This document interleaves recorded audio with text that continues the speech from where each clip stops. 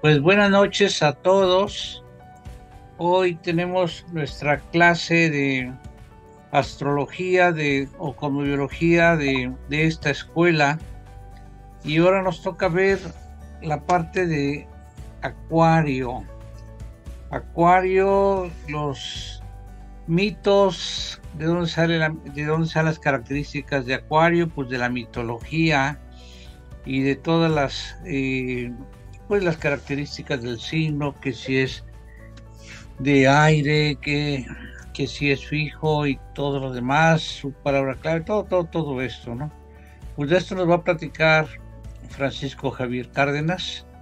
Él es profesor del colegio y también es el coordinador, ya que es el mero mero, y ya tiene mucho tiempo en ese cargo, lo ha desarrollado muy bien, y es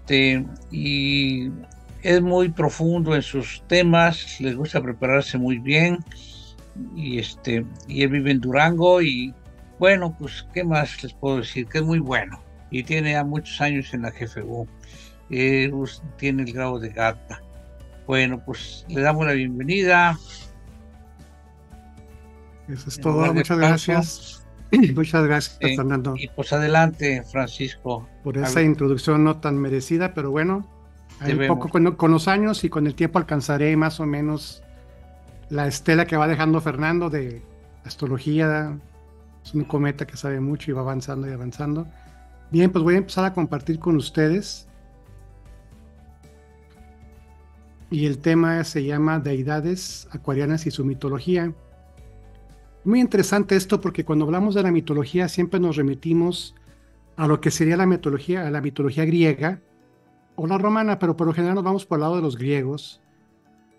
Y bueno, sabemos que los mitos son así como cuentos, que pues probablemente no sean ciertos, pero lo que más llama la atención de estas mitologías es que los dioses del panteón griego son como si fueran seres humanos, cometen los mismos errores que comete uno como persona, ¿no? Entonces, no son como los dioses cristianos que son, pues, que se portan bien, que no hacen travesuras, etcétera, etcétera. No, los griegos, sobre todo Zeus, bueno, él hace de todo, se convierte, seduce, tiene un montón de hijos por aquí y por allá.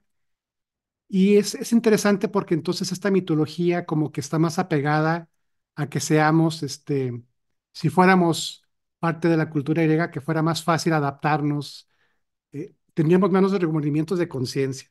Bueno, pero vamos a empezar entonces. Aquí estamos hablando de las deidades acuarianas y su mitología. Aquí tenemos lo que es el Ganímedes. Vamos a hablar de él más adelante. Y si se fijan, aquí vamos uniendo un conjunto de estrellas con rayitas blancas y esta sería la constelación del Aquarius, que por cierto estamos en la era del Aquarius. Bien, vamos a continuar. Entonces, el primer personaje que vamos a hablar que tiene que ver mucho con Acuario es Urano.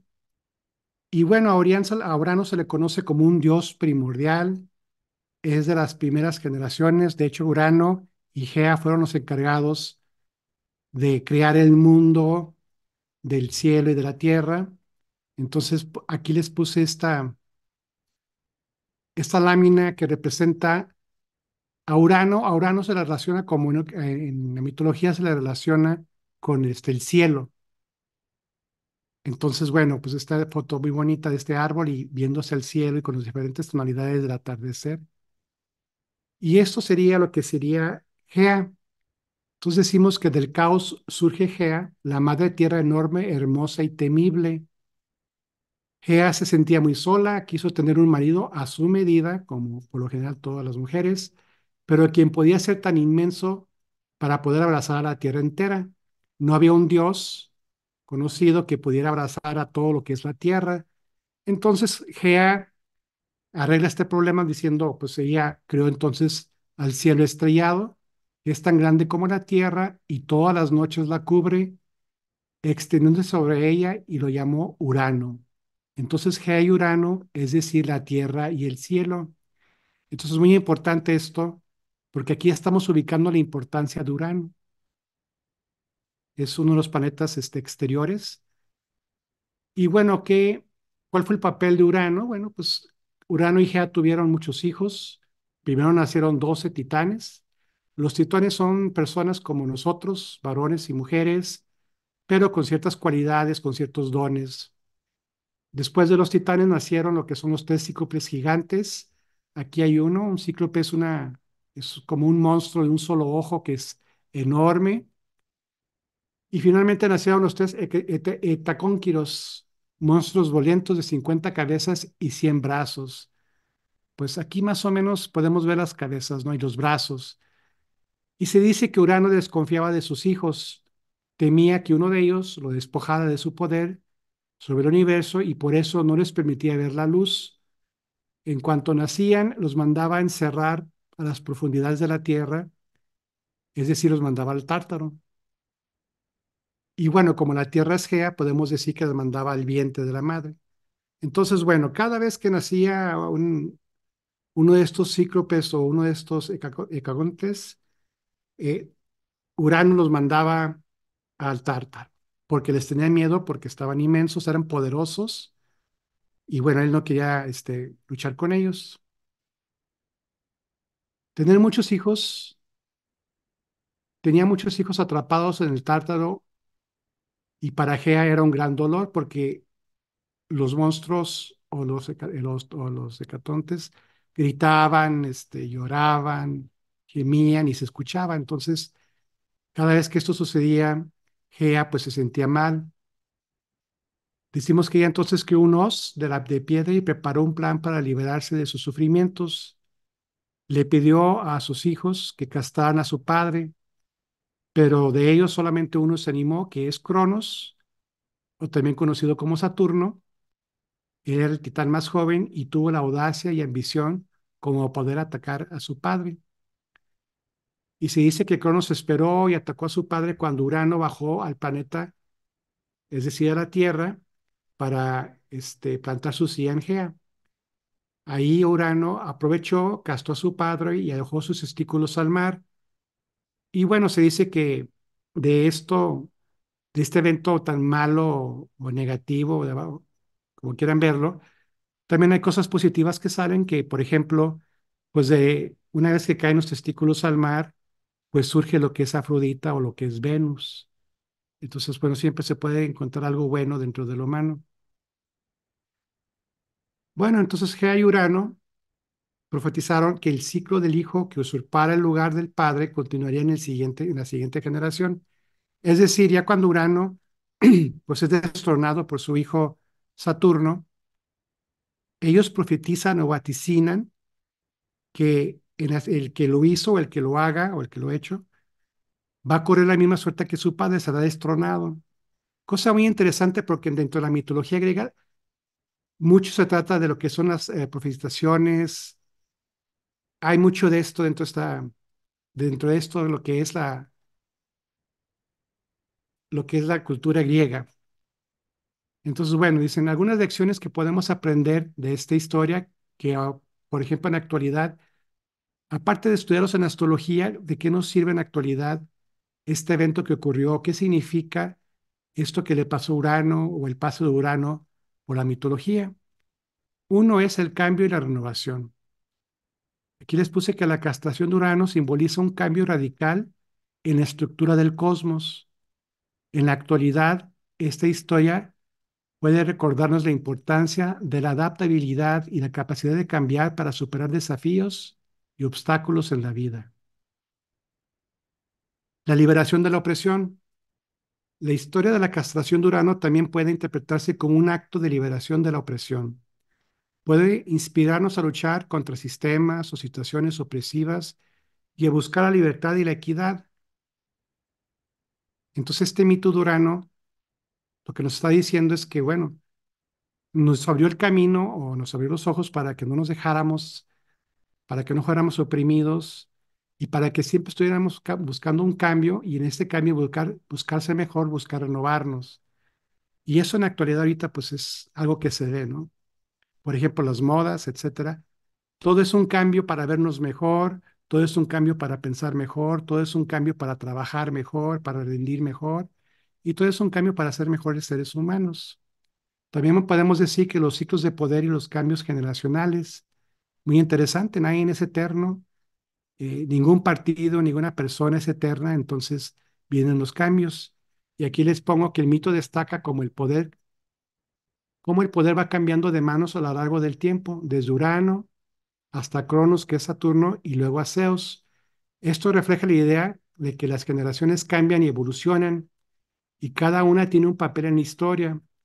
En la sociedad actual, esto podría recordarnos la importancia de la transición pacífica de poder y el respeto por las nuevas generaciones. Inclusive hasta en la jefe ahí vienen las nuevas generaciones. También tenemos la lección de que es la creación a partir de la adversidad. Mientras los hermanos de Cronos estaban, perdón, mientras los titanes y los cíclopes estaban en el Tártaro, estaban oprimidos, pues surge la oportunidad de sacar ventaja de esa adversidad. La castración de Urano da lugar al nacimiento de Afrodita, la diosa del amor y la belleza. Este aspecto de mito surge que a veces, incluso de eventos aparentemente negativos, pueden surgir cosas hermosas y positivas. En la vida cotidiana, esto podría recordarnos que las dificultades pueden ser oportunidades para el crecimiento y la creatividad. Esto fue algo que nos dejó este breve mito de lo que es Urano. Y bueno, si se fijan, se adapta mucho a lo que es Acuario, ¿eh? Acuario, por ejemplo, se dice que Urano es del cielo, es el dios del cielo, entonces Acuario es un signo de aire, y Acuario por lo generalmente está pensando, es un signo inteligente. Eh, yo digo que Acuario, cada generación va aprovechando los cambios. De hecho, un Acuario es fácil de distinguir entre la multitud porque normalmente anda vestido a la moda y hay veces que no le va, pero se lo pone y luego dice, no, ese es Acuario. Y un Acuario por lo general nunca se está quejando de cómo le va, de la mala suerte, del mal karma, sino que se crece ante la adversidad. Es una lucha porque un Acuario sabe que todo es mente. Entonces, es cuestión nada más de que seamos positivos, veamos hacia adelante y nos va a ir bien. Y bueno, también esto del cambio de renovación, pues eso es lo que hacen los acuarios, constantemente están cambiando, se están renovando. Y bueno, siempre están luchando por la liberación de la opresión, siempre están luchando, en este caso, como sería un acuario, siempre están luchando por sus ideas, siempre están luchando para que este, las cosas sean mejores según su punto de vista y luchan intensamente. Y además, como es un signo de aire, entonces ellos no se enojan, simplemente siguen la discusión hasta que son convencidos o hasta que, bueno, pues los regañan, ¿no? Entonces ahí está este gran ejemplo que nos deja Urano, ¿no? De hecho, Urano es el planeta, uno de los planetas exteriores y es relacionado con la inteligencia superior, con las nuevas tendencias, con las modas, con la electricidad. Eh, También tiene su desventaja, ¿verdad? Pues, por ejemplo, aquí Urano es rebelde y Urano en este momento, pues, en vez de convivir con su familia, tranquilamente los manda al Tártaro porque siente que lo van a destronar. Bien, hasta aquí no hay dudas, ¿verdad? Entonces, la otra deidad que vamos a estudiar es Cronos, para los griegos, Saturno para los romanos, y normalmente nosotros nos referimos a él como Saturno. Entonces, bueno, ya sabemos que Saturno fue el que destronó a Urano. Y aquí les puse, así como has ascendido mediante mi caída, también serás derrocado. El que desafíe a su padre invita al mismo destino. Tus propios hijos te derrocarán. Se dice que estas fueron las palabras que le dijo Urano a Saturno cuando esto ocurrió, ¿verdad? Cuando lo derrocó. Habría que checar si en la actualidad todavía es vigente, ¿verdad? Que si uno derroca a su padre, pues sufrirá la misma suerte. Y también se dice que su reinado se marcó por su fortaleza y temor, una mezcla que daría forma a su liderazgo. Y aquí el detalle con Saturno es que él no aprende las lecciones de los errores de su padre porque él él gobierna a través del terror y del liderazgo. Dice, el nuevo monarca liberó a sus hermanos titanes que habían estado encarcelados en el Tártaro, pero no se atrevió a liberar a los poderosos Etacónquiros ni a los Cíclopes. Entonces, pues a final de cuentas no liberó a los monstruos más temidos, ¿no? Se dice que la época, al menos en el libro que estamos basándonos, que en la época del gobierno de Cronos o de Saturno fue una de las mejores épocas de la antigua Grecia o de la antigua o de la mitología griega, porque con Saturno hubo mucho orden. Entonces, cuando hay orden, las cosas se pueden multiplicar, pueden florecer. Este, la humanidad está, bueno, en este caso todavía no hay humanidad, pero los dioses estaban contentos porque si no te salías del orden, todo funcionaba bien, no había arrebatos, no había pleitos. Y eso fue algo que dejó Saturno, dejó el orden, dejó la disciplina. Entonces, bueno, se dice que Cronos junto a su esposa y hermana que era Rea engendró una nueva generación de dioses. Y tal como su progenitor, para proteger su reinado, él comete el mismo error y bueno, el titán toma una decisión desgarradora, decidió que si no podía evitar que la profecía se cumpliera, trataría de retrasarla y en el mejor de los casos erradicarla cada vez que naciera un hijo. El gobernante los devoraba, pensaba que así evitaba su caída. Entonces eso es lo que hacía Cronos. Cronos en vez de encerrarlos en el tártaro, él se devoraba a los niños recién nacidos, hombres y mujeres, pensando que así evitaría la profecía de que sería destronada por uno de ellos. Y bueno, aquí tenemos una foto con Hera y Cronos. Y aquí tenemos otra foto donde Hera cada vez que nacía, perdón, Rea cada vez que nacía uno de sus hijos, lo envolvía en una sábana y se la daba a Cronos para que los devorara. Y pasa lo mismo, Rea también entra en ese sentimiento de que pues, sus hijos, igual que Ea, y Uri, bueno, trama un plan para poder salvar a sus hijos. Entonces, cuando Rea dio a luz a su hijo más joven, un niño al que llamó Zeus, ella tomó una piedra, la envolvió sigilosamente en pañales y la presentó al monarca como a su hijo recién nacido. El titán, engañado por el disfraz y cegado por su percepción de la profecía, se tragó la piedra creyendo que era su criatura o que era el hijo. Mientras tanto, el verdadero Zeus fue escondido a salvo por el momento de ser devorado por su padre. Bueno, como Zeus fue rescatado, se dice que fue a dar una isla de Creta y que ahí lo tenían cuando era niño. Su cuna estaba suspendida en árboles porque solamente así se escapaba de la visión de Saturno que todo lo veía. Entonces recorría la tierra, recorría las montañas, recorría los mares buscando a Zeus. Entonces es salvado y bueno, gracias a que es salvado, poco a poco va creciendo y se va haciendo fuerte y se va haciendo toda una deidad, un Dios poderoso. Entonces aquí les pongo que Zeus creció hasta convertirse en un Dios de gran fuerza, poder y astucia. También les pongo que decidió liberar a sus hermanos y a poner fin al reinado de su padre. El más joven de los dioses se dispuso a actuar con la ayuda de Metis, una de las diosas del agua.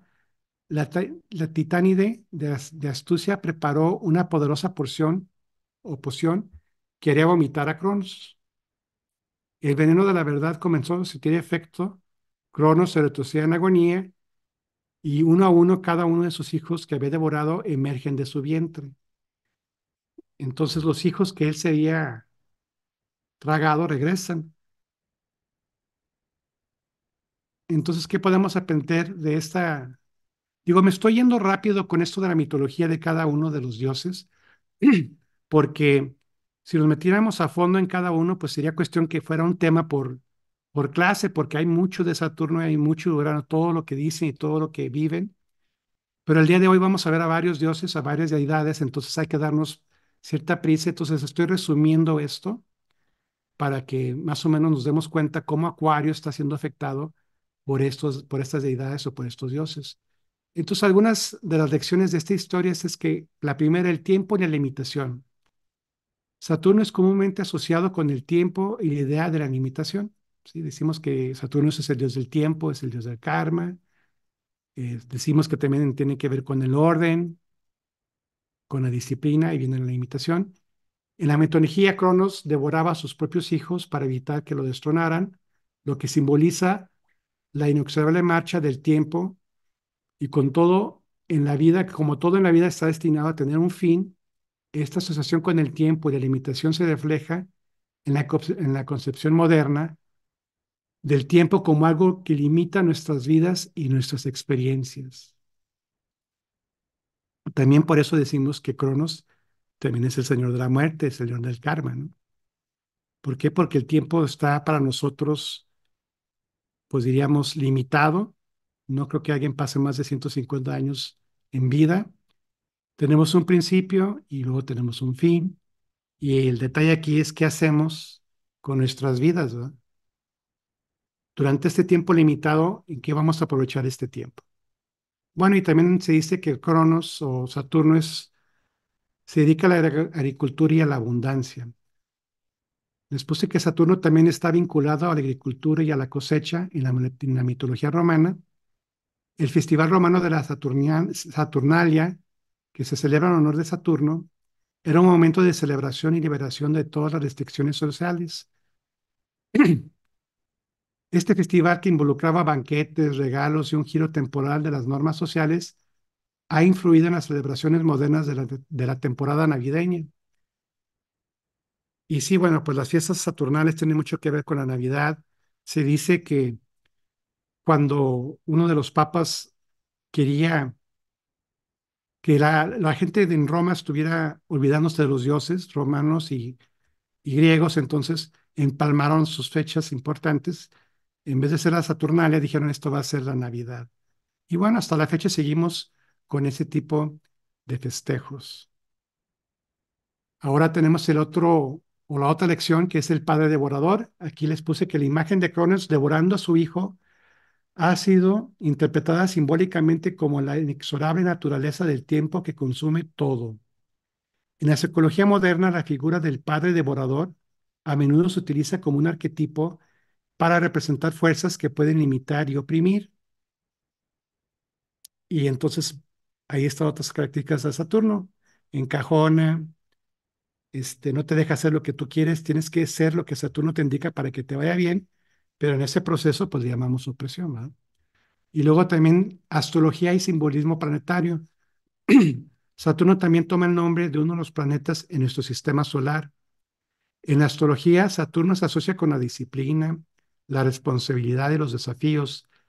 Las personas a menudo buscan comprender y equilibrar la influencia de Saturno en sus vidas, especialmente durante periodos astrológicos específicos conocidos como el retorno de Saturno.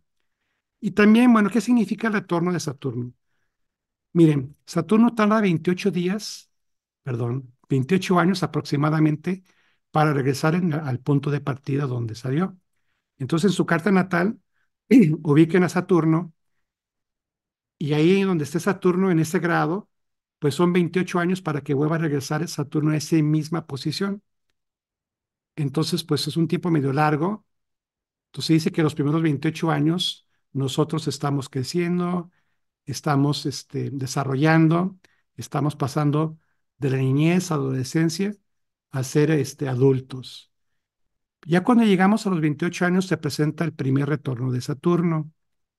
Entonces ya a los 28 años se supone que ya estamos grandes, ya estamos maduros, tenemos idea de qué es lo que queremos. Algunos estarán casados y con hijos, otros estarán acabando carreras y doctorados, en fin, pero ya hemos vivido ese proceso de la vida donde hemos encontrado cosas bonitas y donde también hemos vencido muchos retos. Entonces ya tenemos cierta madurez. El siguiente retorno de Saturno sería a los 56 años. Y en ese retorno se dice que ya a los 56 años probablemente ya tengamos nietos o hijos muy grandes. En el trabajo estamos ya en nuestra etapa final a punto de jubilarnos un poco más de tiempo. Entonces es otra etapa de nuestra vida donde vemos la vida de una manera distinta. Vemos qué hemos lo que hemos hecho y qué hemos lo que hemos logrado y tenemos ya cierto tiempo para lograr lo que nos falta. El tercer retorno de Saturno está por los años, cuando tengamos como 70 años o más. Y ahí pues se dice que ya Saturno o nosotros nos volvemos como maestros. Ya no hemos caminado por la vida, tenemos polvo en las sandalias, como dicen, y entonces nos podemos dedicar o nos debemos dedicar a enseñar a los demás, a explicarles a los demás, ayudarles a que el camino que caminan por esta vida sea más fácil. Y esa sería la etapa, la tercera, el tercer retorno de Saturno. Bueno, se los menciono porque aquí se los puse. Bueno, antes de continuar, ¿alguna duda con Saturno o Cronos? Bien, entonces, otro de los héroes, otro de las deidades que se razona mucho con el signo de Acuario es Prometeo. También es una historia muy larga, muy bonita, pero aquí se los voy a resumir lo más breve, pero que quede claro. Entonces dice que Prometeo era hija de Japeto, era hijo de Japeto, perdón, era hijo de Japeto y Japeto era hijo de Gea y de Urano. O sea, en otras palabras, Japeto era un titán. Y se dice que la historia de Japeto dentro de los titanes era que engendró varios hijos, entre ellos engendró a uno que es Prometeo, y también engendró a otro hermano, Epimeteo, y Epimeteo no es muy famoso, pero sí logró pasar a la historia porque Epimeteo se casa con la primera mujer mortal que Zeus regala a la humanidad, que se llama Pandora, y bueno, de ahí hay toda una leyenda de qué es Pandora y la caja de Pandora. Entonces se dice que Japeto, lo que él más que querer estar como valiente, como guerrero, como luchador, él más bien se dedicaba a generar hijos o dioses que fueran de cierta naturaleza importantes, que fueran, que tuvieran muchos dones y que tuvieran una muy buena escuela. Tuvo, creo que tres, ya les mencioné dos. Entonces, bueno,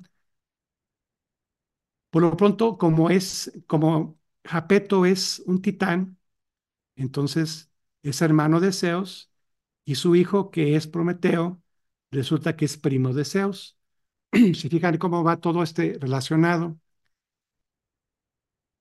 se dice que es decir, es primo de Zeus a pesar de pertenecer a la estirpe de los titanes, decidió luchar del lado del gran dios o de los dioses en su guerra contra Cronos, valiente y astuto. Y eso tiene que ver con ya una vez que llega Zeus al poder, él lucha contra sus hermanos. La tarromaquia es la lucha entre los dioses del Olimpo y los dioses antiguos como son los titanes que se fueron de ese lado y y los cíclopes y demás. Entonces hubo una lucha por mucho tiempo. Ahí vence Zeus y bueno, Prometeo queda del lado ganador. Entonces, pues Zeus le encarga a él y a su hermano Epimeteo, les pide que a la tierra la pueblen con toda clase de criaturas salvajes, o sea, que hagan pescados, que hagan pajaritos, que hagan animales en la tierra, y a cada uno de estos criaturas les fueron asignando ciertos dones para que se distinguieran las criaturas, aparte de su forma, pues de su tarea en la tierra. Y aquí les puse que así ambos titanes empezaron a esculpir criaturas de barro de diversos tamaños y formas y les entregaban dones y virtudes. Prometeo tenía una debilidad, amaba a los seres humanos que intentaban sobrevivir con mucho sufrimiento sobre la superficie de la tierra.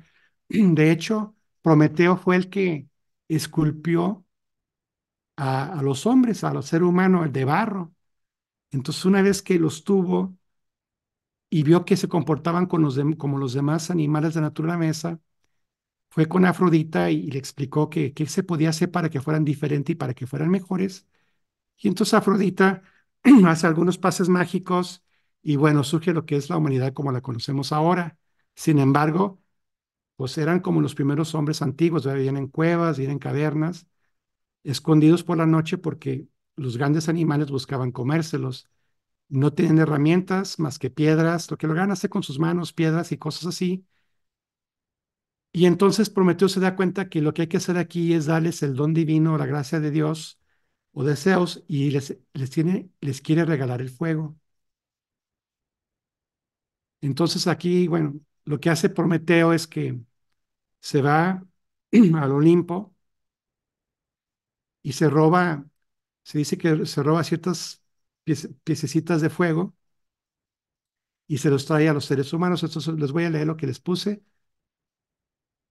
A pesar de que los seres humanos sufrieron la tierra, como Zeus no los creó, pues Zeus en cambio no se interesaba mucho en ellos y estaba dispuesto a destruirlos. Y como Prometeo no tenía poder sobre el fuego, los mortales vivían miserablemente en las noches oscuras. Solo podían protegerse de las fieras escondiéndose en las profundidades de las cavernas y de las cuevas. Y aquí está más o menos una lámina donde se ve a Zeus, el supremo dios del Olimpo, con su rayo, con su arma. Aquí está Prometeo, y aquí están los seres humanos que Prometeo fue haciendo a base de barro. Uno puede pensar que están chiquitos, pero se dice que Prometeo y todos los dioses eran dioses enormes. Y aquí está el ejemplo entre la dualidad de que no me interesa qué es lo que pase con los seres humanos y la dualidad de que quiero que salgan adelante y que les vaya bien. Entonces, Hefesto, que era el dios que hacía las armas, era el herrero, era el que hacía todas las cosas especiales para los dioses. Bueno, pues se dice que fue Hefesto que estaba casado con la más bella de todas las diosas, que era Afrodita o Venus. Y aquí le puse la increíble Afrodita en su fragua en las profundidades de la tierra. Se dice que por ahí trabajaba Hefesto bajo un volcán. Entonces lo que hacía Hefesto es fabricaba las armas de los dioses con ayuda de algunos cíclopes. Prometeo utilizó su ingenio, se acercó a la fragua y una distracción consiguió robar un poco de fuego, unas cuantas brasas encendidas que escondió en el interior de una caña hueca. Con ese regalo asombroso se presentó ante sus queridos humanos, perdón, ante sus queridos seres humanos o hombres, y miren todo lo que logró, porque ya con el fuego, pues ya se pueden hacer herramientas, porque aparte de que les entrega el fuego, les enseña a usar el fuego para hacer herramientas, para encender el fuego cuando se apague, para que no se apague el fuego. Entonces fue una gran lección, es cuando salimos a la oscuridad, literalmente, y entramos ya a lo que es el avance en la humanidad. Bueno, cuando Zeus se da cuenta, porque por las noches ve muchas luces encendidas en la tierra, él está en el Monte Olimpo, se da cuenta que ha sido Prometeo y se da cuenta que Prometeo la ha desobedecido y entonces lo castiga. Aquí les pongo, Zeus enfureció con Prometeo, había desobedecido sus órdenes y debía recibir un castigo ejemplar con cadenas de acero. ¿Esto qué significa? Que fue encadenado a unas piedras en una isla y esas piedras no las podía romper Prometeo. Entonces lo sujetó a una roca en el Cáucaso y envió una águila monstruosa. Algunos dicen que era otro tipo de ave, pero bueno, vamos a poner que fue un águila. Y luego la misión del águila era todos los días devorar el hígado a Prometeo. Entonces el águila lo picoteaba, se comía el hígado, se tardaba unas buenas horas y se iba, y entonces en ese proceso del picoteo y de que se coman su hígado, pues Prometeo estaba en un sufrimiento enorme. El detalle es que como Prometeo es un titán o es hijo de un titán, él no puede morir, entonces el hígado de él se regenera por la noche. Entonces este proceso se dice que se repite por muchos tiempos, cientos, miles de años. Va el águila, se come el hígado de Prometeo, Prometeo sufre. Este, Zeus cuentan que de tanto escuchar estos alaridos de sufrimiento, baja con Prometeo y le dice, estoy dispuesto a dejarte ir, a soltarte, a regresarte tu jerarquía, pero siempre y cuando vayas a la tierra y me regreses todo el fuego que está ahí abajo. Y Zeus se niega, digo, perdón, Prometeo se niega y dice, no, prefiero seguir sufriendo, pero que la humanidad siga avanzando en su camino. Entonces, bueno, pues aquí Prometeo sigue sufriendo. Quien lo libera es Hércules. Hércules es hijo de Zeus y es hijo de una reina.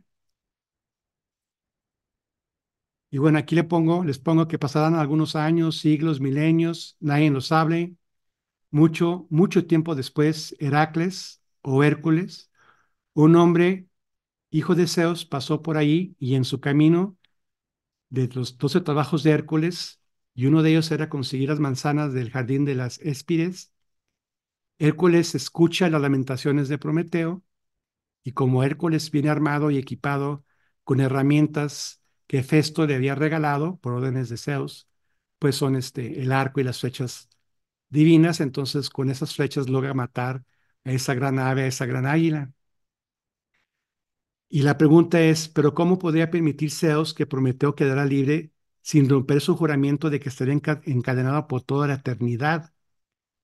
Entonces surge una idea, lo que hizo Zeus es que habló con Hefesto y le dio trozos de la cadena que estaba utilizando Prometeo y le pidió que con esos trozos hiciera un anillo. Y pues él hizo el anillo y se lo da a Prometeo. Le dice, póntelo y no te lo quites. Y de esta manera siempre estarás encadenado, aunque sea de forma literal. Y bueno, Prometeo había estado atado y lo hizo jurar que jamás se quitaría el anillo. Prometeo hizo muchas cosas por la humanidad y muchas cosas por los dioses. También tenía un pequeño detalle. Prometeo en ese sentido actuaba como Sagitario, era así como que muy bromista.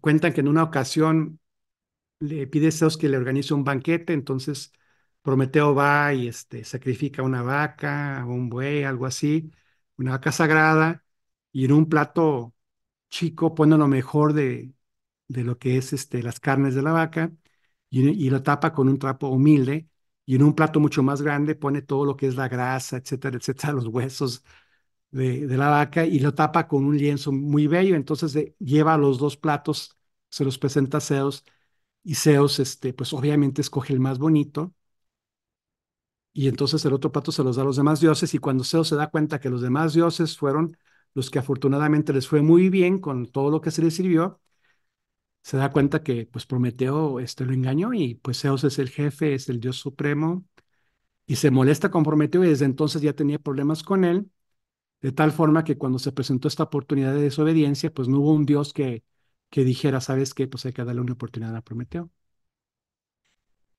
Las lecciones de esta mitología o de esta historia es que la búsqueda del conocimiento y la innovación también tiene que ver mucho con Acuario.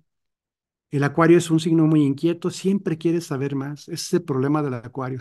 Discúlpeme, si hay algún Acuario afuera, ese es el problema, que siempre quieren saber más, siempre quieren cambiar las cosas. Eh, yo soy Leo, entonces a mí me gusta que las cosas sean como deben de ser, que sean así paso uno, paso dos, es todo estructurado, todo bien, y llega un acuario y como tiene tantas ideas, quiere romper con el orden, hacer las cosas de una forma distinta. Y bueno, esto lo podemos decir que viene de esta historia de Prometeo, que siempre desobedeció a Dios y creó a los mortales, les dio el fuego, les enseñó cuando se le dijo que no lo hiciera. Pero bueno, pues ahí está la lección, ¿verdad? Pues Zeus se molesta con él, Prometeo sufre, pero la humanidad gana puntos.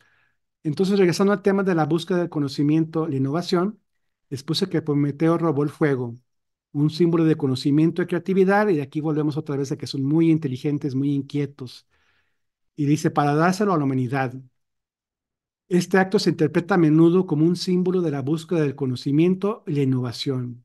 En la actualidad, el mito de Prometeo sigue inspirando a aquellos que buscan expandir los límites del conocimiento y mejorar la conexión humana a través de la ciencia, la tecnología y la creatividad. Entonces, bueno, ahorita ya estamos en la época del Acuario, si vean, ya hay inteligencia artificial, este, y claro, se desarrolló en este momento, en la época de Acuario, en el signo de Acuario, y bueno, es que la gente ahorita le da por tener, por la ciencia. En la época de Piscis éramos muy afectos a la fe, y eso funcionó muy bien, pero ya en esta era del Acuarios es el conocimiento, es el saber, pero también debe de haber humildad y muchas cosas. Bien, pero vamos a continuar. Y luego, otra gran lección de esta historia es que se dice que hay un precio que pagar cuando uno desafía a una autoridad o a la divinidad. o simplemente cuando nos desafiamos a nosotros mismos, cuando nosotros sabemos lo que tenemos que hacer y que hay que hacerlo y no lo hacemos o lo hacemos mal, eso es como desafiarnos a nosotros mismos. Entonces aquí les pongo, Prometeo desafió a la autoridad de los dioses al robar el fuego y compartírselo a los humanos. Esta acción tuvo consecuencias, ya que Prometeo fue castigado por Zeus.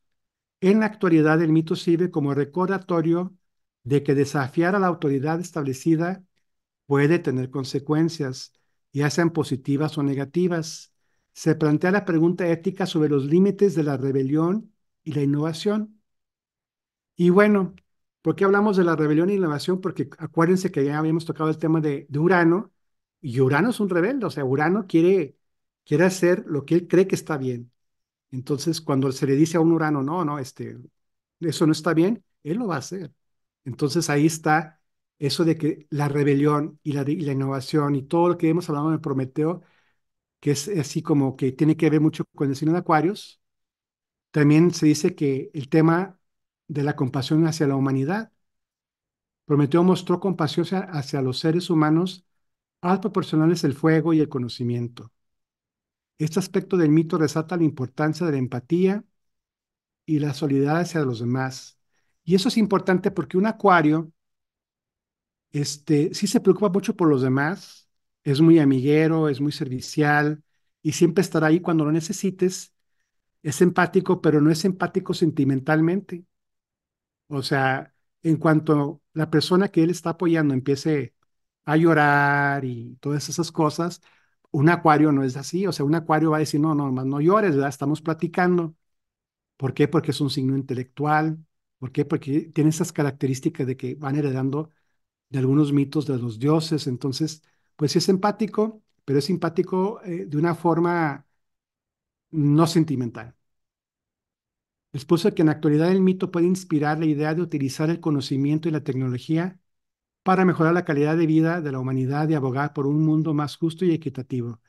Yo creo que todos los que estamos en la GFU y todos los que están ahorita aquí, y mucha o una gran parte de la humanidad, pues esa es la bandera, ¿no? Un mundo justo, equitativo, combatir las desigualdades, ayudar al prójimo. Entonces todo esto viene por la compasión hacia la humanidad. Y también expuse la lucha por la libertad y la autonomía. Prometeo también es visto como un símbolo de la lucha por la libertad y la autonomía. Su rebelión contra el orden establecido refleja la búsqueda de la libertad individual y la resistencia contra la opresión. En la actualidad, el mito sigue siendo relevante en contextos donde se lucha por la libertad y los derechos humanos. Y bueno, ahorita ya ven que ahorita en México está muy de moda eso de los derechos humanos o los derechos de las mujeres. En el mundo, por ejemplo, hay migración ahorita y pues de alguna forma se pide que los que están haciendo la migración, a los migrantes, pues se les apoye mínimo con sus derechos humanos, ¿verdad? Que no se les violente, que no se les lastime, que se les respete, si se les puede ayudar, que se les ayuda. Esto, imagínense, hace miles de años con los griegos, esto era impactante, ¿no? De que pues los seres humanos se apoyaban unos a otros, ¿no? Bien, entonces esto sería lo que es la figura de Prometeo y cómo se relaciona con el signo de Acuario. El siguiente, el siguiente deidad o la siguiente persona es Aquiles, y Aquiles se le relaciona con la individualidad, lo cual tiene que ver mucho con el signo de Acuario, ¿verdad? El Acuario pues, normalmente trabaja solo, quiere estar, cuando está concentrado en sus cosas, no quieren que lo interrumpan, no le gusta mucho jugar en equipo, y si va a jugar en equipo, quisiera ser el líder, ¿no? El Acuario es individual, o sea, es brillante, es inteligente. Y como los demás no somos de esa estatura, pues desespera, ¿no? Entonces el acuario se desespera y se va por la libre. Bueno, y un dios de la antigua griega, perdón, de la antigua mitología griega, es Aquiles. Aquiles yo creo que todo el mundo lo conoce, hay muchas películas. En Netflix hay una serie. De hecho, creo que hay dos series, una que se llama Aquiles y otra que se llama, bueno, una que se llama la Guerra de Troya, y yo creo que la otra se llama Aquiles. Y más o menos siguen el mismo patrón. Es interesante porque bueno, vamos a ver cómo surge este problema. Tenemos que Aquiles es hijo de Tetis y de Peleo. Tetis, pues es una titánide y Peleo, no, perdón, es una ninfa y Peleo eso es un rey. Bueno, aquí les puse, era Aquiles hijo de una Nérida de nombre Tetis, que tanto Zeus como Poseidón disputaron por sus favores, pero cuando ambos supieron que, según la profecía, el hijo de Tetis sería mejor y más fuerte que su padre, y volvemos a este concepto de las profecías, cómo los antiguos dioses griegos respetaban mucho las profecías. De hecho, cuando iban a ir a la guerra, por ejemplo, en esta guerra de Troya, iban con el oráculo para ver qué les esperaba. Si les esperaba algo malo, entonces ya no iban a la guerra. Pero en este caso, Tetis es una mujer muy bella, es una nérida, y todo era una mujer de, bueno, de un gran amor, de una gran visión, de buen conocimiento, se desarrollaba muy bien con todos los demás. Entonces, obviamente que Zeus y Neptuno, pues querían estar, o Júpiter y Neptuno, querían estar, querían casarse con ella o querían ser la pareja de ella, pero nada más se enteran de la profecía que cuando tuviera su primer hijo, el hijo iba a ser mejor que el padre más fuerte, inmediatamente, mejor deciden buscarle a ella una pareja, ¿verdad? Como diciendo que el problema sea de otro y de hecho, pues le consiguen a un padre que es mortal que se llama Peleo y es el rey de Tián, y aquí les nace fuerte y bello y rubio como ellos, ¿va? Entonces, bueno, ella, Tetis sabía que su hijo tenía esa profecía. Aparte, bueno, ahora vamos con la profecía de Aquiles. Se profetiza que Aquiles caerá en una gran batalla, será muerto. Entonces, ella es consciente de eso y busca darle la mejor, armadura posible. Entonces, lo que hace es, dice aquí, pero sabiendo Tetis por la profecía que su hijo estaba destinado no solo a la grandeza, sino también a morir en Troya, decide regalarle el don de la invulnerabilidad. O sea, lo que hizo ella fue sumergir a Aquiles en este río, no me acuerdo cuál río ahorita, pero lo sumergió en el río y observen esta lámina, cómo ella lo está tomando de los tobillos o del talón, lo sumerge y lo saca.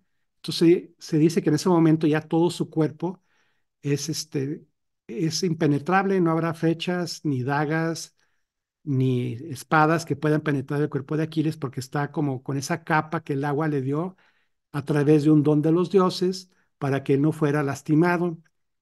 Pero ahí donde ella está deteniendo a Aquiles es el punto débil. Y muchos, no sé si escuchen por ahí que se dice, existe lo que se llama el talón de Aquiles. Todo es perfecto, todo está bien, menos el talón. Y ahorita vamos a ver esto más adelante. Entonces, pues pongo para ella sumergió al recién nacido en las aguas del río Estigia, para que bañara su cuerpo y se compenetrara de esa invincibilidad. Y bueno, pues tuvo varios maestros, Aquiles, varios maestros importantes de la época de los dioses griegos. Uno de ellos, el más importante creo yo, fue Quirón. Se dice que Aquiles creció con Quirón en el bosque junto al noble y sabio Quirón. El centauro lo alimentaba con tuétano de oso y de ciervo para que se hiciera fuerte y veloz. Los remedios de Quirón pronto dieron su fruto. Aquiles era vigoroso, pero también era ágil y rápido, tanto que con los años después se le conocería como el de los pies alados. Bueno, entonces todo el mundo, o bueno, si no, pues más adelante estudiaremos a Quirón. Es un gran centauro, es un gran médico y gracias a sus instrucciones, imagínense, le enseñó a hacer a Aquiles una persona rápida, le decían el de los pies alados, era tan rápido y tan ágil que, bueno, se dice que a los 6 años él mató a un gran jabalí. Entonces ya vamos a entrar aquí brevemente a la historia de lo que fue la guerra de Troya, brevemente porque hay tantos ángulos y bueno, ok, vamos a empezar. Se dice que el problema que surge, o el origen del problema de Troya con los griegos, surge porque durante una boda, la diosa de la discordia y única que no había sido invitada, y no la invitaron obviamente porque era la diosa de la discordia, que se llamaba Eres, se presentó ante los novios y ante su asombro lanzó una manzana entre la concurrencia y la manzana era de oro. Bueno, hay que decir que, bueno, ahí estaban todos los dioses, ¿no? Y todos los reyes y todos los príncipes. Entonces ella llega, como es invitada, lanza esa manzana en medio de los pies y dice, este fruto deberá ser entregado a la diosa más bella de todas. Entonces aquí entramos a esto, lo que es el ego, ¿no? ¿A quién le toca esta manzana? Entonces la manzana fue así la causa primaria de la guerra y lo fue porque era Atenea, que nosotros la conocemos como Minerva, y Afrodita, que la conocemos como Venus, que deseaban para sí tan preciado fruto al creerse cada una con más derecho que la otra. Y bueno, yo creo que todavía eso se da, ¿no? Cuando va uno a una boda y se presentan dos mujeres con un mismo vestido, como que empieza el problema que a cuál de las dos se le ve mejor, ¿no? Aquí, pues fue un problema serio porque estamos hablando de dioses poderosos. Entonces, fíjense, los dioses del Olimpo son muy inteligentes, entonces ninguno de ellos quiso decir o inclinarse por ninguna de las dos dioses, como diciendo, no, pues gana fulano o gana perengana, ¿no? Los dioses sabiamente se hicieron para atrás y dijeron, las dos son igual de bellas.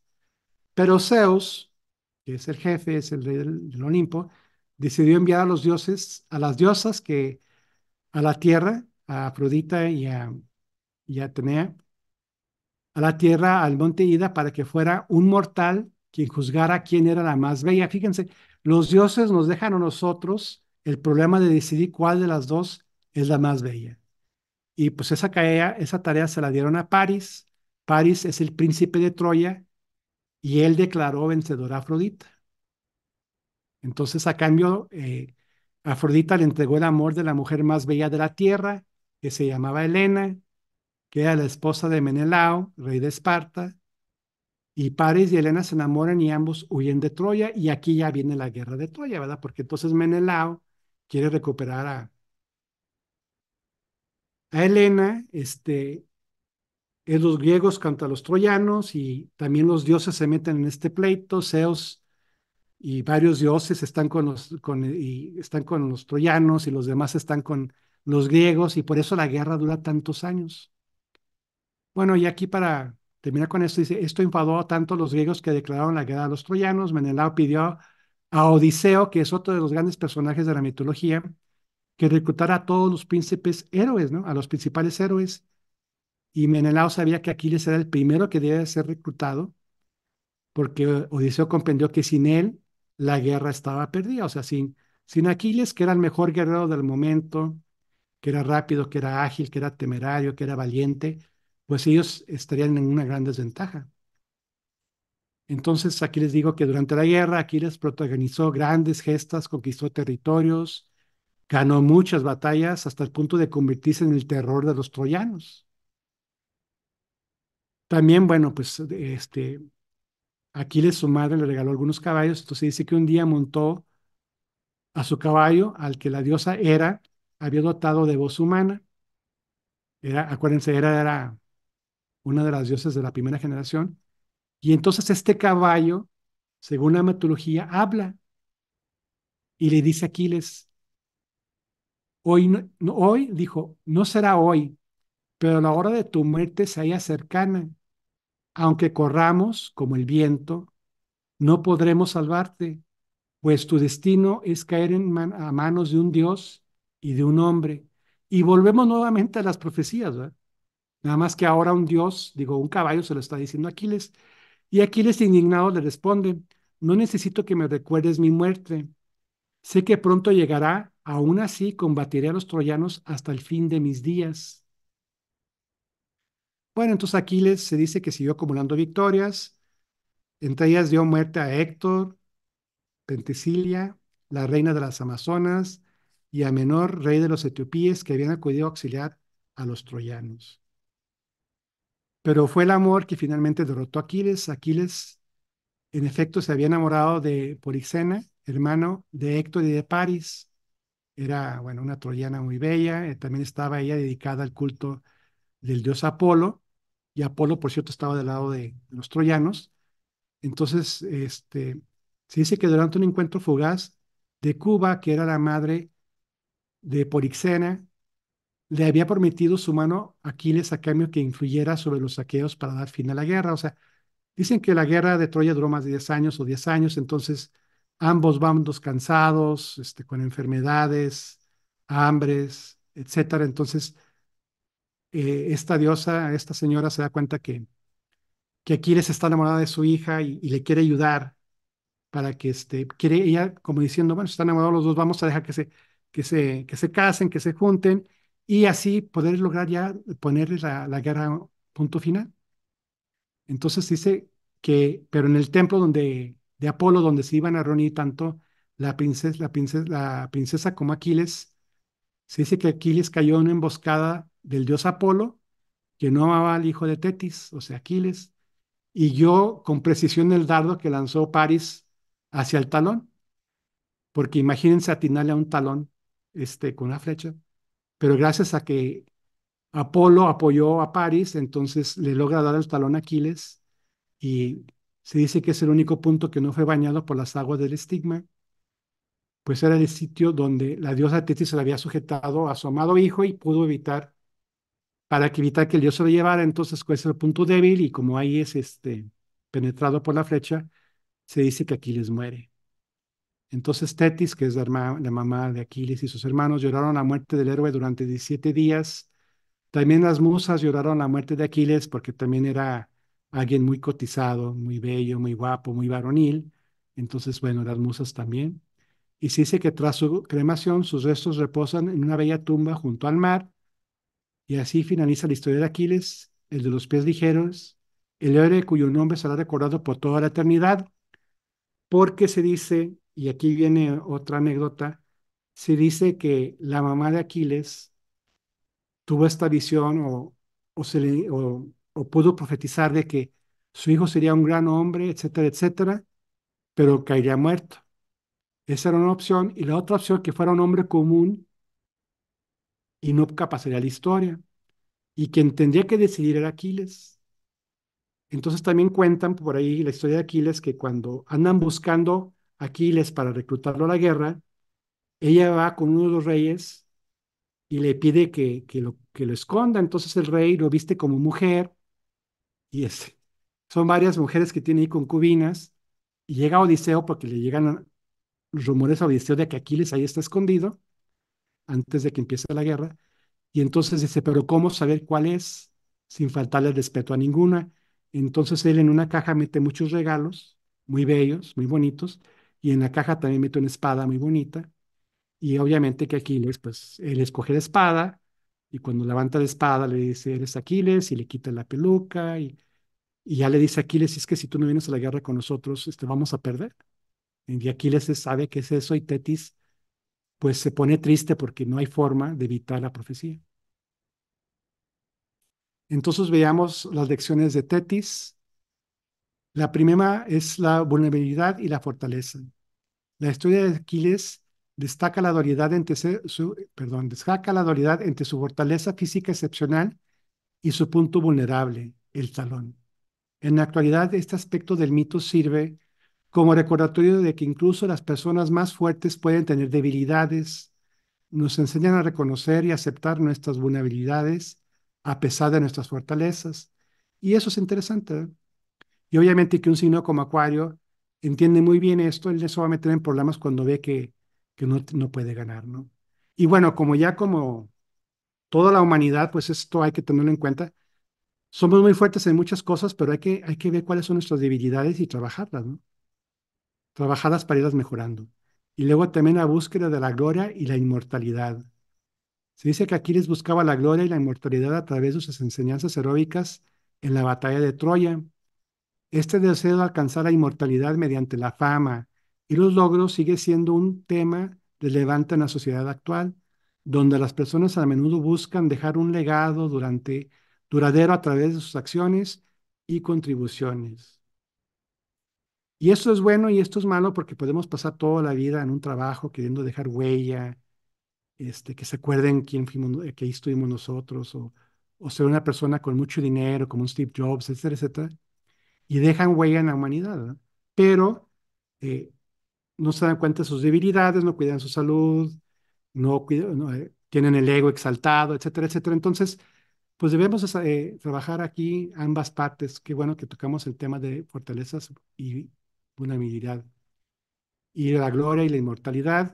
Dice que aquí, bueno, ya la vimos, todo el mundo quiere ser el gran héroe, de hecho, decimos que el sol representa muchas veces ese héroe que todo el mundo traemos dentro y la misión que queremos cumplir. El costo de la ira y de la impulsividad, otro tema. La cólera de Aquiles, especialmente ilustrada en su conflicto con Agamenón en Iliada, destaca las consecuencias negativas de la ira descontrolada y la impulsividad. En la actualidad, el mito sirve como advertencia sobre los peligros de dejar que las emociones negativas dicten nuestras acciones y decisiones. Sí, ¿verdad? Ya tenemos dicho que cabeza fría, porque si no, si tomamos decisiones después, en unos momentos, cuando estamos en cólera o en ira, después nos estaremos arrepintiendo de lo que se dice y de lo que se hace. Entonces, ese es un tema muy importante. Y también, pues, lo que es el tema de la inevitabilidad de la mortalidad. Nuevamente ese tema vuelve a surgir. A pesar de que su excepcional habilidad en la guerra, Aquiles era mortal, la historia subraya la inevitabilidad de la muerte y la importancia de enfrentar nuestra propia mortalidad. En la actualidad, este aspecto de mito puede recordarnos la fragilidad de la vida y motivarnos a apreciar y aprovechar el tiempo que tenemos. Esto creo que ya lo habíamos tocado. Bien, ¿dudas? Están padres los mitos, pues yo les recomiendo que estudien la Ilíada de Homero, ahí vienen bastante bien. Algunas lecciones de esta historia, pues la lealtad y la amistad. Acuérdense que, bueno, si ven la película, pues van a ver a esta persona. La relación entre Aquiles y su amigo Pártraco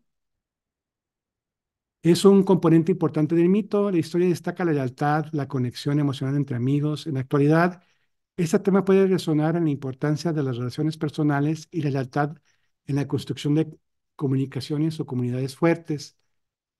Este personaje de Patrocolo,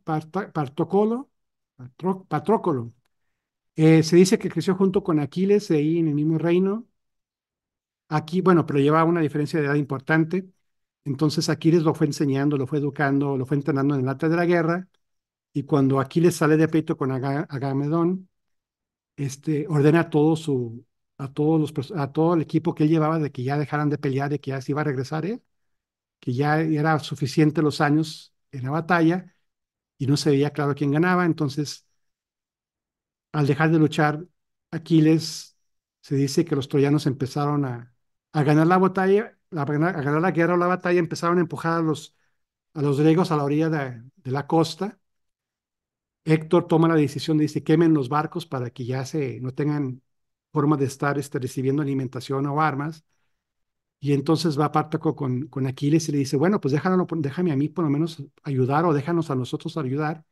Les da permiso, se meten en el pleito, más o menos se empareja la batalla en la playa, hasta que Pártaco se topa con Héctor. Héctor es un gran guerrero y bueno, Héctor lo mata. Entonces, cuando Aquiles ve que su protegido, su discípulo cae, falleció por esta herida, le toma la guerra con los troyanos. Entonces, le habían prometido tantas cosas a Aquiles, reinos, esposas, etcétera, y lo único que hizo que él regresara fue su gran amistad y su duelo por Patracolo. Soy muy malo para esto. Bueno, ya vamos a terminar con el último, que es Ganímedes, el copero del Olimpo. Y Ganímedes es el que representa a Acuario, es el que está virtiendo el ánfora, está virtiéndola para que fluya el agua. Y aquí está Pártaco, y aquí está un águila, y esta águila en la mitología es Zeus. Bien, pues ¿quién fue Ganímedes? Bueno, antes de la guerra de Troya, obviamente, y aquí también aquí vienen los problemas de Troya. Digo, aquí los dioses se empiezan a dividir por un bando o por el otro, ¿no? Pero se dice que Ganímedes, hace mucho tiempo en Troya vivía un joven llamado Ganímedes, era un príncipe de Troya y cuya belleza y gracia era famosa en todo el reino. Su cabello dorado brillaba bajo la luz del sol y su piel suave y bronceada parecía que había sido bañada en oro y por supuesto poseía un encanto único capaz de embelezar a cualquier ser humano. Era tan bello y tan guapo y tan cotizado, Ganímedes, que su padre, el rey, le puso una guardia especial con soldados de élite para defenderlo, que no lo fueran a matar, que no lo fueran a raptar, porque pues era envidiable, era perfecto. un hombre perfecto, imagínense eso. Esta imagen me gustó, espero que le haga cierta justicia a este tema. Se dice que el joven era tan amado de su padre que desde el palacio se ordenó a un grupo de escoltas que lo vigilara día tras día, sin descanso, con el fin de asegurarse de mantenerlo siempre a salvo de sus enemigos. Y como siempre, ¿verdad? Los dioses del Olimpo se fijaron, entonces Zeus, el poderoso señor de los cielos y del trueno, era un dios imponente con un cuerpo musculoso y una barba blanca que le llegaba hasta el pecho. Una divinidad perfecta cuyo ego era más grande que él mismo, por lo que se veía en el derecho de hacer lo que quisiera sin ninguna consecuencia y sobre todo tomar lo que le plazca de la misma forma. Y eso tiene que ver mucho con la cultura del ser humano, ¿eh? O sea, de repente nos olvidamos de la moralidad, de las leyes y hacemos lo que queremos, ¿no? Y bueno, pues Zeus era el dios supremo, pues él también hacía lo que quería. Él sedujo a muchas reinas, princesas, etcétera, y para hacerlo se convertía muchas veces en un toro, muchas veces en un águila o en otro tipo de animal, en caballo. Buscaba lo que la persona le gustara y se convertía y luego lo raptaba. Entonces se dice que un día mientras que Agadímenes pastoreaba a sus animales en la ladera de la montaña, una luz brillante lo cegó. Cuando se frotó los ojos y miró hacia arriba, vio al mismísimo gran dios del Olimpo, Zeus, quien al ver la belleza del hombre se quedó sin aliento. El dios del trueno se sintió sumamente atraído por tan perfecto ser. No podía aguantar las ganas de mantenerlo cerca, por lo que planeó la forma adecuada para llevárselo con él o llevarse o raptarse y llevárselo al monte Olimpo.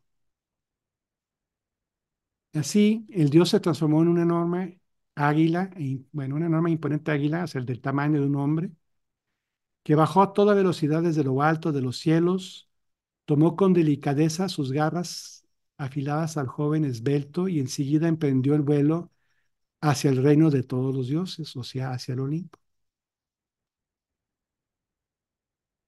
Una vez en el Olimpo, el príncipe sale ya de su asombro del rapto, se sorprendió por la grandeza y la belleza del lugar. Zeus le dice, eres el ser más bello que jamás haya visto. Y continuó hablando y explicando lo que él, como Dios, tenía muchos poderes y privilegios. Le decía, puedo darte todo lo que desees, dijo extendiendo su mano hacia el joven. Si me acompañas en el Olimpo, ya nunca más tendrás que preocuparte por nada en tu vida. El príncipe se quedó sin palabras ante la oferta del dios. No podía creer que alguien tan humilde como él pudiera ser invitado a vivir entre los dioses del cielo o en el Olimpo. Se dice que después de tanta insistencia del rey de los dioses, finalmente aceptó la dávida y se quedó en el monte Olimpo, dejando atrás su vida como pastor y como príncipe. Su principal tarea era servir a Zeus, quien se convirtió en su fiel amigo y mentor al enseñarle todo lo que era necesario saber sobre el universo y le habló de sus batallas y aventuras contra los titanes y los otros dioses. Con el tiempo, Zeus y Ganímedes se hicieron muy cercanos y su amistad pronto se convirtió en algo más profundo. Miren, esto de que le enseñó todo lo que hay acerca del universo, pues eso no es más que el conocimiento, ¿eh? Y volvemos a esto del acuario. Pues el acuario es un signo inteligente, le gusta aprender, le gusta estudiar, le gusta saber. El acuario se mete en muchos lados con tal de aprender. Y aquí se puede decir que, por ejemplo, Ganímedes pues peca de eso, se deja envolver por la belleza y los lujos del lugar, pero sobre todo por ese conocimiento que están por enseñarte. Entonces vamos a continuar. Dice, aunque Zeus era un dios poderoso, no podía resistirse a la belleza del joven troyano, por lo que poco a poco fue enamorándose mucho más de él y para calmar su deseo lo hizo su amante. De hecho, en la mitología griega y en la antigua griega, los hombres, era bien visto que un hombre ya maduro tuviera amantes, hombres más jóvenes, ¿no? Ya con el tiempo eso ya se pierde, pero en esa época sí se valía. Y bueno, si ven, por ejemplo, la película Alejandro el Magno van a ver esa escena donde el padre anda regalando a un muchacho con uno de los grandes viejitos por ahí para que lo viole. Entonces, también los dioses le dieron el honor de convertirse en el copero de ellos. O sea que su único trabajo era mantener las copas de los dioses llenas cuando había un evento social. Y con esto reemplazó a Hebe, quien era la diosa griega de la eterna juventud. Y esto sucedió porque en una ocasión Hebe se topa con una escalera o un escalón, se traspone, bueno, se tropieza con eso y pues se le caen las copas. Entonces, ese fue el pretexto para decir, bueno, pues que lo haga entonces Ganímedes.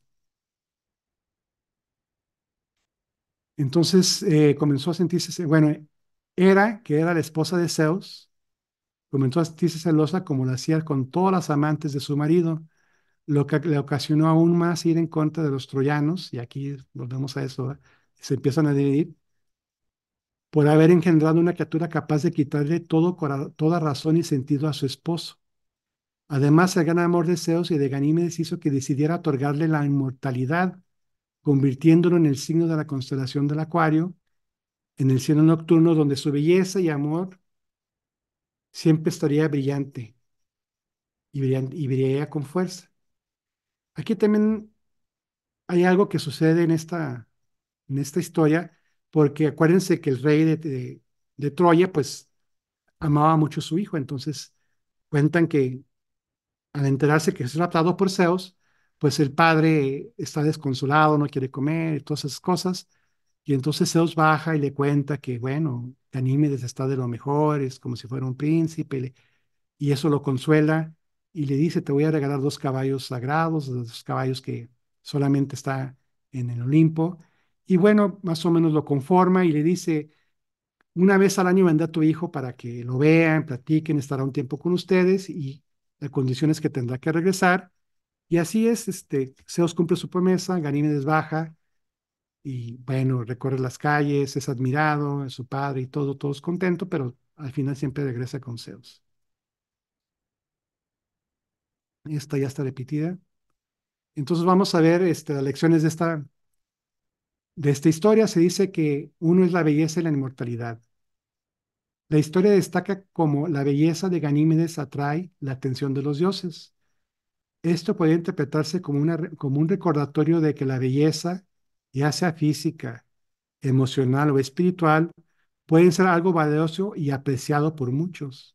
También sugiere que aquellos que son excepcionalmente bellos o talentosos pueden ser elevados a un estatus más alto, ya sea literal o metafóricamente.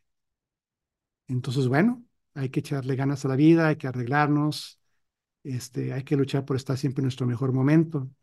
Y luego viene la otra enseñanza que es la voluntad divina. Ganímedes en algunas versiones acepta la invitación de Zeus para unirse a los dioses del Olimpo. Esto puede interpretarse como un recordatorio de que a veces en la vida se nos presentan oportunidades o desafíos que debemos aceptar o rechazar. La voluntad divina puede influir en nuestras vidas de manera inesperada. Entonces de repente nos suceden cosas que aparentemente son malas, pero no sabemos que con el tiempo pueden ser que nos beneficien, ¿no? Todo se ha dado por añadidura. Y bueno, la relación de los dioses y los mortales, la historia de Ganímedes refleja la creencia mitológica en las interacciones directas entre dioses y mortales. Aunque esta relación puede ser beneficiosa para Ganímedes, al proporcionar la inmortalidad, también puede ser vista como una forma de intervención divina en los asuntos humanos. Este puede plantear preguntas sobre el libre albedrío y la relación entre los seres humanos y los dioses. Bueno, pues ahí cada quien como quiera verlo, ¿verdad? Dios está en nosotros o siempre está con nosotros o cuando invoquemos a Dios ahí estará, en la forma que lo, lo interpretes así se presentará. Somos, como hay otro, hagamos que los dioses se avergüencen de habernos hechos hombres y que hagamos un templo de nuestro cuerpo. Hay tantas cosas, ¿no? Nosotros somos dioses, etcétera. Entonces, bueno, pero para esta época pues era algo muy novedoso. Y luego el sacrificio personal. Ganímedes, al unirse a los dioses en el Olimpio, deja atrás su vida mortal. Este puede interpretarse como un recordatorio de que ciertos logros o aspiraciones importantes a menudo requieren sacrificios personales.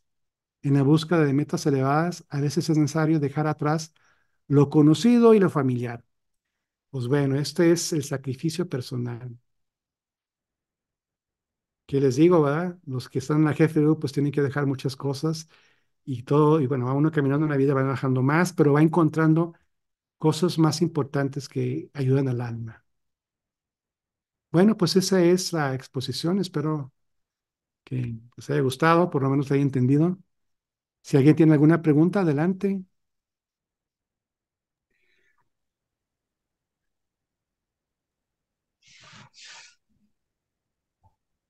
Ah, aquí pregunta alguien, ¿qué pasa si llega un cuarto retorno solar, perdón, de Saturno? Vamos a hacer aquí ese ejemplo rápido. Entonces yo digo, si son 28 años por 4, porque es el cuarto retorno, serían 112 años. Entonces, pues es probable que ya cuando llegues a los 112 años, pues tu cuerpo ya no dé mucho de sí, o sea, te faltará vitalidad y energía, aunque tengas mucha lucidez mental. Entonces ahí tal vez lo que pudiera suceder es que te diga a la persona que se interpretó en la carta cal, si es que llegas a esa edad, es de que, bueno, pues ya tus pensamientos, tu sabiduría ya la dejaste en este mundo, ahora trata de acercar más tus pensamientos a lo que es la divinidad en la forma en que la conozcas, a la interpretes. Esa sería la respuesta a esa pregunta. Y luego, todas las historias mitológicas de los signos y decadas están secuenciados. No, a ver, déjame ver. Bueno, pues no, o sea, los mitos dentro de la mitología de los griegos eh, están así. Por ejemplo, ya vimos que antes de la guerra de Troya se estaba preparando los problemas, ¿no? Con la manzana y todo eso. Y ahí empiezan los problemas, ¿verdad? Ya cada quien empieza a escoger bandos y al final todo el mundo se cobra, en el sentido de que por un lado, pues aunque Troya pierde, Aquiles muere, ¿no? Entonces no hay o sea, un vencedor.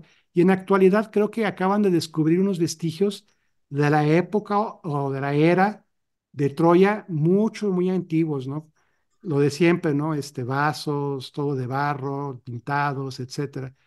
Porque mucha gente puede decir, pues no existió eso, es una... Pero ya están encontrando la confirmación de que por lo menos ahí había una civilización importante. Y también les cuento que Zeus una vez castigó tanto a Apolo como a Neptuno por portarse mal. Algo hicieron, ya ahorita no me acuerdo, algo, se robaron algo. Entonces les dijo, y por hacer eso me van a construir las murallas de Troya, los muros. Y acuérdense que se decía que no eran inexpugnables, no podían entrar los griegos, no podían subir, estaban muy altos y estaban muy gruesos, entonces no podían entrar. ¿Por qué? Porque ahí anduvieron dos dioses metidos como Neptuno y Apolo, ¿va? Entonces hay que estudiar la Ilíada. No vienen secuenciados. Yo, por ejemplo, cuando preparé mi material, yo sí le secuencié porque quería terminar con esta frase. Miren, si vemos en su sistema solar, el primer planeta es Mercurio y luego le sigue Venus. Bueno, Mercurio es un dios de los Olimpos, es un hijo de Zeus. Venus es hijo de Zeus, ¿verdad? Y luego viene Marte, hijo de Zeus. Esos son dioses, ¿no? Y luego viene Júpiter, que muy bien, Júpiter, que es Zeus, y por último viene Saturno, que es Cronos. Y entonces, cuando allá en 1800 se descubrió Urano, los astrólogos dijeron, bueno, pues hay que preservar la tradición griega. Y entonces, ¿cuál sería el dios más alejado, más importante, porque está más arriba? Pues entonces le pusieron Urano, nada más por eso. Y ya ahora, cuando descubren planetas, bueno, ya les ponen otras cosas de nombres. Bien, pues hasta aquí llegan los comentarios en el Face, digo en el Face, aquí en el chat. Si alguien quiere abrir su micrófono, adelante. Por ahí pregunta que Ulises pregunta que cuáles películas recomiendas, Oh, supongo que bueno, pues, para ver mitología. sí, claro, no, o sea, es que, miren, yo les recomiendo La Guerra de Troya, y luego creo que también Aquiles es la versión, porque se hicieron dos películas de La Guerra de Troya, una anterior y que está en Netflix y La Guerra de Troya que está, pues, más moderna. Les recomiendo, pues, a ver, tú ayúdame, Fernando, tú también eres bien Elena, cinéfilo. Elena, Elena, también está La donde, Ilíada, La Odisea, que también están sí, en películas, y Guerra de Titanes, ándale, esa. La Guerra de Titanes para que entendamos quiénes eran los hermanos de los dioses primarios, ¿no? y ¿Qué otras? todas las películas que haya. Solo hay una que no me gustó, una que habla de Prometeo, pero que es una película en tiempo actual. Entonces, pues esa sale de la mitología. Sí, y Prometeo, fue tan destacado que en la Facultad de Ciencias, en su parte posterior, tienen ahí, yo cuando llegué no sabía qué era, tienen una estatua tan grande y es Prometeo. Y luego, pues sí, yo lo veía y decía, bueno, ¿y pero por qué Prometeo está en la Facultad de Ciencias? Pues Mm, ya cuando te enteras de que, pues Prometeo, el fuego, el conocimiento, dices, claro, ¿verdad? Aquí tiene que estar Prometeo. Nos está claro, abriendo el mundo al conocimiento. sí. También Pues no sé, a la entrada de Guadalajara, yendo de México hacia Guadalajara, está la estatua de la Minerva. Minerva. Y en la colonia Roma, en la Ciudad de México, está la fuente de, oh, ya se me olvidó cómo se llama. La fuente de la Eh, Minerva, ¿no? es la Allá, Minerva, es una las fuente, Cibeles, De las ¿cómo? Cibeles, sí. En México está las las Cibeles ahí por la Cibeles. Condesa. Las Cibeles, sí. Sí, Y, no, es que es sí, bonita pues la mitología, pero es media, hay que entenderla, ¿verdad? Hay sí, que, ya con tanto tiempo vas entendiéndole. Y bueno, espero que me he explicado de que todo lo que leímos y vimos sí tiene que ver con Acuario. Claro, en sus cosas bonitas, ¿verdad? Porque también Acuario tiene sus cosas así que hay que trabajar, ¿no? Y por sí. eso se dice que esos dioses de la mitología están relacionados con Acuario. Habrá otros que están relacionados con Virgo y otros con Mm. Leo, etcétera, etcétera. Ahí irán saliendo. Ahí Fernando nos hizo la programación para ir viendo este tipo de cosas. Y así es como se aprende astrología. Digo, claro, hay más propiedades de los dioses, digo, de los planetas, pero Sí, la mitología es la base de ellos y ya uno la experiencia y la estadística da a otros, ¿no? ujú. Y Pues no recordar, sé, Francisco, como dijiste al principio, historias que no son ciertas, pero no, no son ciertas, son mitos, que la mitología fue creada para esconder el conocimiento. Todas las culturas antiguas tienen su mitología. Eh, Me acuerdo de Luisa de la Ferrier que habla del maestro Jesús. Dice, cuando Sergio y yo íbamos a ver al maestro Jesús, a platicar con él, le platicábamos de un problema, de algo, y que tenía alguna persona o cualquier cosa, y nos contaba un cuento. De ahí salen los cuentos chinos, pero decíamos, bueno, lo que le preguntas te cuenta un cuento, pero ya después en la casa nos dábamos cuenta que en el cuento estaba la respuesta. Pues sí, pues es la forma es una forma de transmitir el conocimiento a través de mitos, y y los primeros astrólogos se dieron cuenta de la sincronicidad del movimiento de los astros y las características psicológicas con las que ya nacemos, y para guardar ese conocimiento que no fuera destruido, porque lo destruían los conquistadores, pues crearon la mitología. Por eso hay mitología de los signos y mitología de los planetas. Y de ahí salen las características psicológicas, es lo interesante, ¿verdad? claro, sí, sí, de acuerdo, o sea, y qué bueno que está dentro de los temas de estudio de esta escuela de los miércoles, porque si eres una persona que no cree en estas cosas de la astrología, pero sí está interesante el mito, ¿verdad? Y por eso les puse en actualidad, bueno, eso fue hace miles de años, ¿qué significa para nosotros? Pues ve todo lo que significa para nosotros, ¿no? Ujú. Entonces, pues Y, muchas gracias, yo creo que yo ya terminé. Esto, y eso es lo que, por eso es que los dioses tienen esas características, porque son las mismas características que tenemos nosotros. Me acuerdo que el maestro Borcelli decía, la única diferencia entre los dioses y los humanos es que ellos son inmortales y nosotros somos mortales, ¿no? Pero las características, las cualidades, los defectos son los mismos, ¿no? Pero fíjense qué interesante, ¿desde cuándo se daba ese fenómeno de, digamos, de las relaciones con personas del mismo sexo? Pues ya pues, desde los dioses griegos hablaban de del, ¿cómo le llaman ahora? Orientación sexual o cómo le llaman, algo Sí, así, pues ¿no? sí, algo así. ¿Verdad? Los La romanos diversidad. también, ¿eh? Los romanos eran igual. Pues sí, desde entonces se daba. Y vean la película de Roma, no la película, la La serie, serie, y se da mucho eso, ¿no? está muy Hasta con buena esa serie. animales también. Oh, no, sí, Entonces, sí, eso se daba y se sigue dando.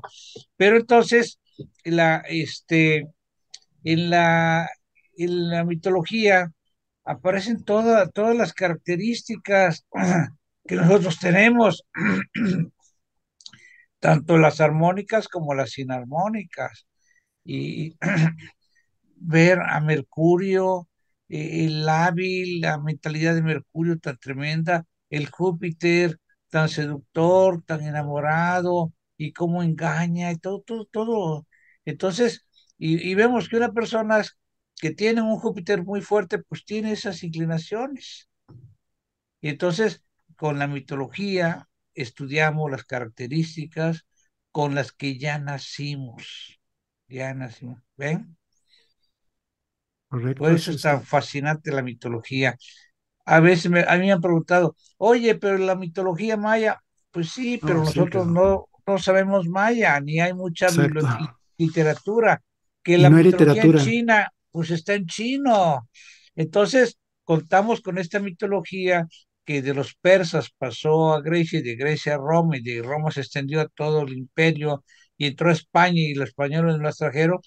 Y hay cientos, miles de libros de astrología donde podemos aprender, muy antiguos y muy nuevos, y donde podemos aprender.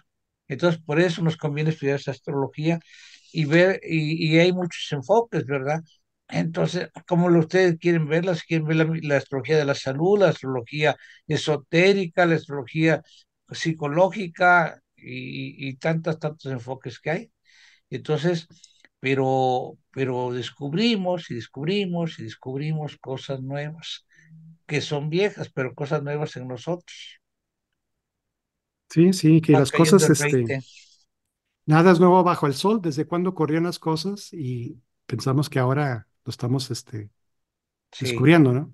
sí, sí, sí, Esa persona que me portó por la cuarta vuelta de Saturno, pues qué padre que pudiéramos vivirla, ¿no? Y bueno, se claro. vino porque Saturno es el dios del tiempo. Pero hay Bueno, algo ya interesante ahí, Francisco, que la cuarta vuelta de Saturno, bueno, la tercera, la ¿no? tercera, que sí, la Tercera, tercera. este, con cada vez que llega Saturno, hacer conjunción con el mismo Saturno, desde Ujú. que llega al lugar donde partió, cada 28, 29 años, eh, pues ya va siendo diferente la forma en como lo manejamos, porque ya llevamos más experiencia. Y entonces ya no es lo mismo. Yo pongo, por ejemplo, a Jorge cuando era muchacho, como tiene Marte en Aries, se peleaba todos los días. Así a la Y ahora primera, ya no ¿no? se pelea, pues ya dice, no, no, pues va madurando y va cambiando. Entonces, no es lo mismo interpretar la carta de un joven, de un No. niño, que de un adulto o de un anciano, porque cuenta mucho todo el trabajo, el proceso que ha hecho. Entonces, eso hay que tomarlo en cuenta. Hay tantas cosas que hay que considerar, ¿verdad, Francisco? Sí, no, y así como Saturno, pues está Urano, o puedes decir Venus, hay que checar. Por ejemplo, un retorno de Venus nos va a decir cómo vamos a andar sentimentalmente por este tiempo, ¿va? Entonces, esas cosas son las que vemos en el colegio, esas cosas a lo mejor más adelante, porque ahorita en el simposio vamos a hablar sobre el retorno del Sol, ¿no? Solar, entonces muy importante el retorno solar porque es la vitalidad. Yo ahorita les decía, es el héroe, es el papel que yo quiero jugar, que yo quiero destacar, que yo quisiera. Yo por eso veo tantas películas así, de la mitología y de acción, porque como que dices tú, pues no, como no puedo ser un héroe, pues mínimo ver el ejemplo, pero en el fondo cada quien es el sol y hay que tratar de proyectarlo, y ya con el tiempo vamos diciendo, sabes que bueno, no, vamos a bajarle al ego y vamos a ser ya más, más transparentes, ¿no? Pero por lo pronto es de, como dijo Fernando, la edad, dependiendo a qué edad te toca la carta natal, pues es lo que vas a vivir o es lo que quieres aprender, ¿no? Pues este asunto de la mitología está interesante, está muy bien y dejé afuera tres personas más o tres personajes porque ya era mucho. Era Tifón, era uno, Perseo. ¿Y por qué Perseo con Acuario? Porque Perseo usa un escudo y luego lo hace que brille como un espejo y se enfrenta a Medusa. ¿Y quién hace eso? Pues un Acuario, ¿verdad? Bueno, ya no quiero seguir, hay muchos todavía por ahí. Francisco, ¿nos quieres hablar del simposio que vamos a tener? Sí, como no, muchas gracias por esta oportunidad y brevemente les voy a platicar del simposio. Les comentaba, pues hay que aprovechar estas oportunidades. Una vez al año nos juntamos en algún lugar de la GFU, en una casa sede o en una ARRA, y lo importante es que cuando nos juntamos convivimos, conocemos, charlamos, y no hay nada como llevar, como, pues conocer a la hermandad así bien, así de frente, ¿no? Yo cuando conocí a Fernando se me hizo muy alto, dije, ah, caray, pues, y es de Veracruz, yo me sentía como el alto, dije, pues soy del norte, pero no, pues ni con botas lo alcanzaba. Pues les cuento que en este simposio, que va a ser el 45, alguien dice que el 15º, alguien dice que es el 18º, bueno, vamos a pelear. Ya tiene muchos años la jefe organizando los simposios a nivel nacional y internacional, porque a veces viene gente de Estados Unidos, también puede ser que por Zoom nos estén viendo de otros países. Y miren, va a estar el curso básico de astrología. Muy interesante, yo siempre les he dicho, y les digo aquí en Durango a mis amigos, tomen el curso básico porque si no manejas bien los fundamentos, luego ahí andas preguntando, pero ¿por qué es eso? ¿Por qué lo dijiste? Ah, pues porque Mercurio está en Acuario. ¿Y eso qué tiene que ver? ¿Cómo que qué tiene que ver? Y entonces lo que el otro instructor lo vas deteniendo, ¿no? Él quiere avanzar a un ritmo y luego lo van haciendo para atrás. Entonces, bueno, pues Fernando nos va a dar un curso básico astrológico de 12 horas, ¿verdad? Entonces va a estar intenso, va a estar bien, va a estar fuerte. Y luego viene la interpretación básica, donde aprendemos a leer el horóscopo con lo que tenemos de herramientas. Después viene interpretación avanzada, con que, bueno, ya lo que es, si manejamos la interpretación básica, le metemos un poquito más de creatividad, le metemos un poquito más de inspiración, siempre basado en la realidad de lo que la carta natal diga. Y luego vienen los planetas de la pareja, la astrología médica, los tránsitos. ¿Qué es un tránsito? Es cómo está el cielo el día de hoy, o vamos a suponer mañana, y cómo me va a afectar a mí, porque debe de haber algo, ¿no? Entonces, ahí vienen los tránsitos, y luego vienen las progresiones, la astrología de elección. ¿Cómo le hago para escoger una fecha que me vaya bien en una entrevista y a qué hora me conviene? O a qué hora me conviene pedirle matrimonio a mi novia, ¿verdad? ¿Qué día es o qué día me voy a operar, etcétera? O sea, es escoger el mejor momento astrológico para que el evento te sea favorable. El retorno solar, pues ya hablamos ahorita de eso. Progresiones es agarrar tu horóscopo y proyectarlo X años, X días y saber cómo te va a ir. Por ejemplo, ese de 112 años, bueno, pues a lo mejor alguien te dice, bueno, ok, ya vi Saturno y los demás planetas, ahí te va tu progresión, ¿verdad? Cómo va a estar Venus, cómo va a estar Marte, cómo va a estar Mercurio. Entonces, mira, ahí está, aquí va a ser en Durango, va a estar padre, nos vamos a pasar bien. Bueno, pues muchas gracias, Fernando, muchas gracias por acompañarnos. Si quieres despedir la transmisión, por favor. Pues muchas gracias a todos. Nos vemos la próxima semana en otra de nuestras clases que vamos a seguir hablando sobre los mitos y van a estar muy, pero muy interesantes, ¿eh? Un abrazo a todos y pues es muy importante seguir estudiando. Que estudien todo lo que puedan, lean todo lo que puedan. Pax, buenas noches. Gracias, buenas noches, hasta luego. Buenas noches, muy bonita. Gracias. Felicidades. Súper, unas vistas hermosas. Me encantó. Bueno, que tengan buenas noches. Muchas gracias por todo. Adiós, Fernando. Hasta luego. Bye. Hasta luego.